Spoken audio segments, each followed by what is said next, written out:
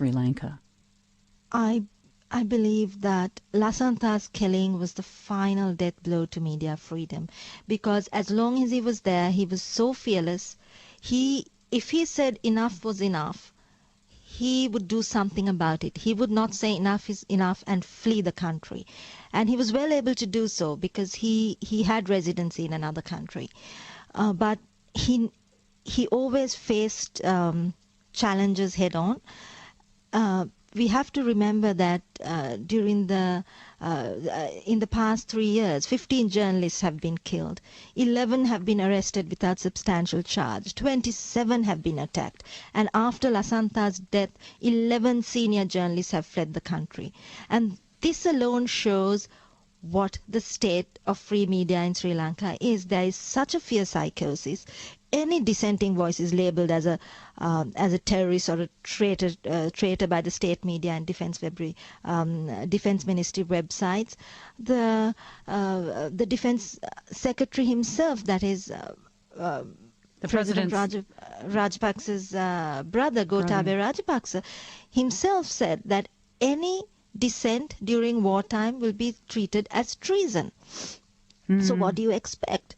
And it's not solely Sri Lankan journalists. Chris Morris, the BBC correspondent, left Sri Lanka last week after that defence minister had done an interview with him and accused him of being a Tamil Tiger supporter. So even international journalists are being accused by this government. International journalists, diplomats, NGOs, across the board there has been accusations. And as I said, even Lasantha's murder, hours after the murder, the president says it's an international conspiracy. You chose to go into exile. Was that an inevitable decision? Was it a difficult decision? It was inevitable at the time. It was. There was no other course of action that I could take. I knew that Lasantha and I have always spoken on behalf of the civilians. We have always had a distaste for this war and the way it was being conducted.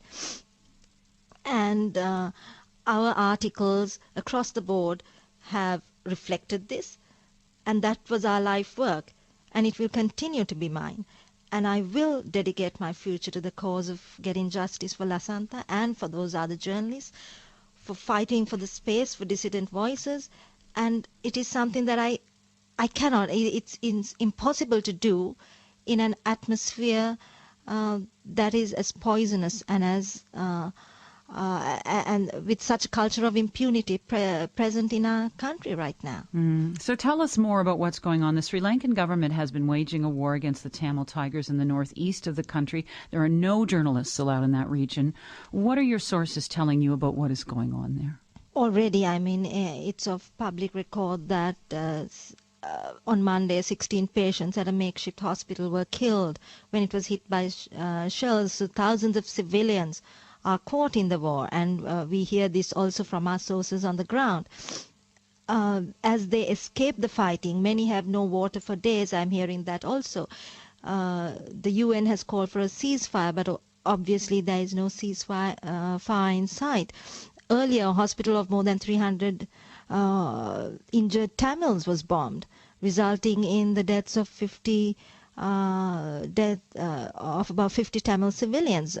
In course, the government would feel that they would have relatives or friends in the LTTE, so they could become informants, or they themselves are suspects.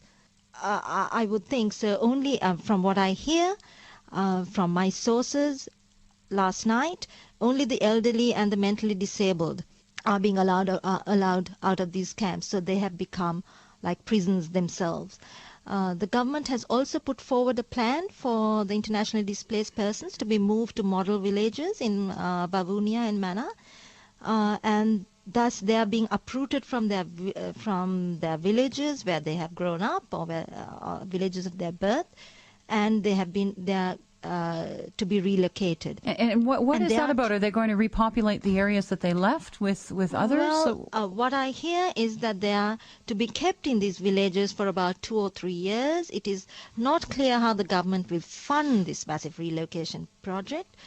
And one must realize that Babunia is an area where there are multiple military actors now in operation. Babunia has become a center for various armed groups, and multiple armed groups allied to the state are also based in Babunia. So the presence of these armed groups has made civilian life all the more difficult and insecure. Human cost of this victory is so staggering.